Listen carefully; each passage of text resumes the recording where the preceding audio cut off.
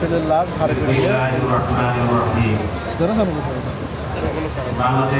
কোনো কারণ ছিল কোনো দোষ নাই রাস্তায় নামিয়েছে গুলি করে মারিতে জানো জানো কথা গণরায় বাস্তবায়নের দাবিতে আজকের এই জাতীয় সমাবেশের উপস্থিত সম্মানিত সভাপতি কেন্দ্রীয় নেতৃবৃন্দ 11 দলীয় জোটের নেতৃবৃন্দ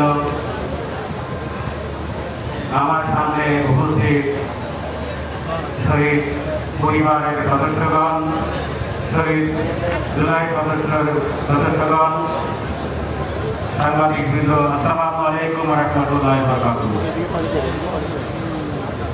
আমি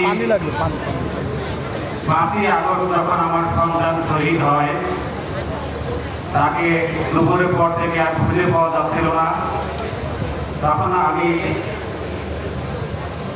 বাইরে ছিলাম, আমাকেও জেলখানায় নিয়ে গিয়েছিল। 28শে জুলাই আমাকে জেলখানায় দিয়ে আমার কলেজ থেকে আমাকে অ্যারেস্ট করে জেলখানায় নিয়ে যায়। আমি জেলখানায় বসেই 6 তারিখ সকালবেলা শুনতে পাই আমার ছেলে শহীদ হয়ে গেছে। আপনি বলেন তো দেখি, একজন পিতা জেলখানায় একই কারণে আমি বৈষ্ণবী ছাত্র আন্দোলনকে কেন সহযোগিতা করেছি সেই অপরাধে আমাকে জেলখানায় নিয়ে যায়। একজন পিতা জেলখানায় আর ছেলে শহীদ, তাহলে আমার অবস্থাটা কি হতে পারে? এই জন্যই বলতে চাই, যাদের সন্তান গেছে এবং যাদের সন্তান আহত হয়েছে তারা ছাড়া এই ব্যথা আর কেউ বুঝতে পারবে না।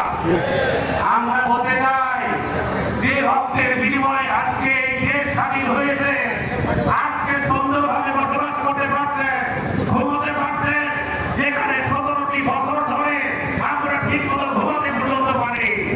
এতটুকু থাকার পরেও এই এত সুন্দর স্বাধীনতা পাওয়াতেও যেহেতু আপনারা এই দেশে নতুন করে আমরা পেয়েছি, জাতির বিনিময়ে তাদেরকে আপনারা ভুলে গেছেন। সম্মানিত ভাইরা,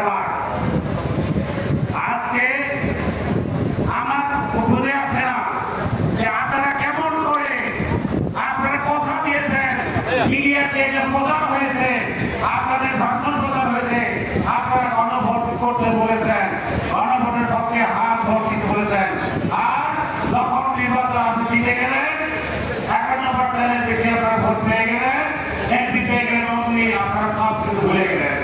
জনগণের সাথে গাদ্দারি করবেন না, পরিষ্কার করে বলতে চাই আমরা জুলাই যোদ্ধা আমার মানে ইনশাআল্লাহ।